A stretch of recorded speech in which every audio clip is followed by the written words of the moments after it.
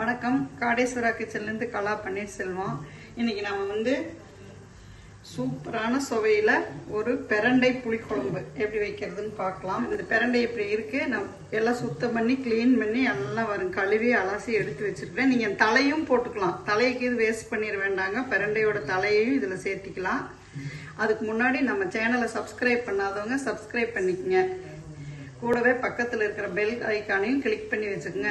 அப்போ தான் நம்ம போடுற வீடியோ உங்களுக்கு உடனுக்குடனே வரும். அதுக்கு தேவையான பொருள் என்னென்னு பார்த்துடலாம்.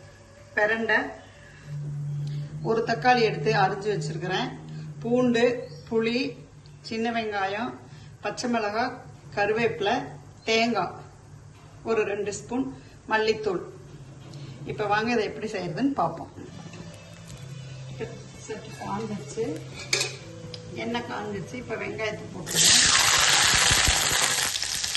நம்ம இப்போ வந்து இதுக்கு வெறும் மல்லித்தூள் போடுற மாதிரி இருந்தால் நீங்கள் இதுலேயே காரத்துக்கு தகுந்த மாதிரி 2 வரமிளகாய் போட்டுக்கோங்க. நான் வந்து மல்லித்தூள்லேயே மிளகாய் போட்டு அரைச்சி வச்சுருக்கேன், அதனால் வந்து நான் போடலை. நீங்கள் வெறும் மல்லித்தூள் போடுற மாதிரி இல்லைன்னா மிளகாத்தூள் 1/2 ஸ்பூன் போட்டுக்கோங்க. மல்லித்தூள் கொஞ்சமாக மிளகாத்தூள் போட்டுக்கோங்க. இந்த புளியையும் கழுவி எடுத்து வச்சுருக்கிறேன்.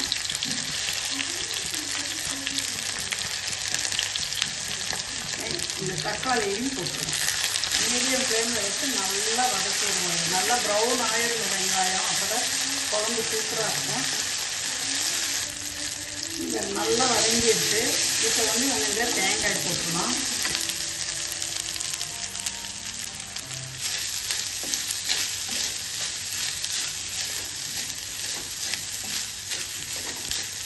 இந்த மல்லித்தூள், கறிமிளகாய்த்தூள் நான் வந்து பழைய வீடியோவில் போட்டிருக்கிறேன், நீங்கள் வேணால் பாருங்கள். கறிமிளகாய்த்தூள் போட்டிருப்பேன். நீங்கள் அந்த மாதிரி அரைச்சி வச்சுக்கிட்டிங்கன்னா இந்த மாதிரி நிறைய குழம்புக்கு ஆகும், உங்களுக்கு யூஸ் ஆகும்.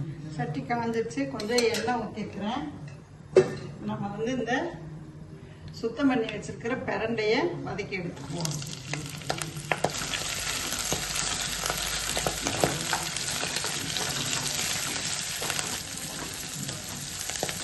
இந்த அளவுக்கு நல்லா வதங்கிடணும் பெரண்டை. இப்போ கொஞ்சம் நல்லா வதங்கிடுச்சு. இப்போ எடுத்து இதை ஆற வச்சுருவோம். இப்போ அதே எண்ணெயில் கொஞ்சமாக மறுபடியும் நல்லெண்ணெய் ஊற்றிக்குவோம். கடுகு, சும்மா ஒரு 4 வெந்தயம். கடுகு பொரிஞ்சிச்சு. இப்போ பாருங்கள், வெங்காயம்,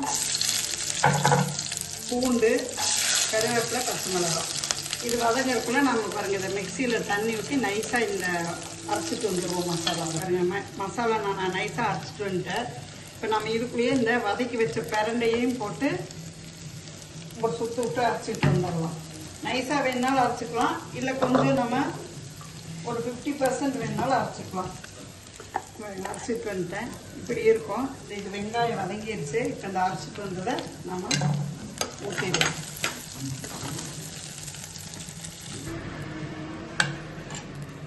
இப்போ மஞ்சள்தூள் 1/2 ஸ்பூன், குழம்புக்கு தேவையான உப்பு.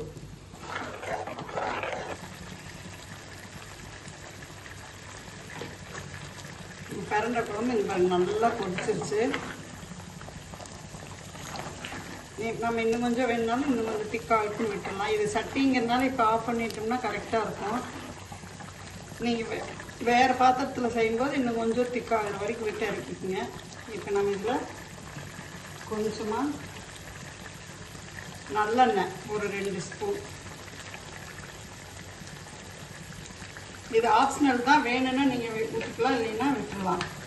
இந்த ஸ்டேஜில் நாட்டு சர்க்கரை கொஞ்சம், இல்லைன்னா வெல்லம் ஏதாவது ஒன்று போட்டு,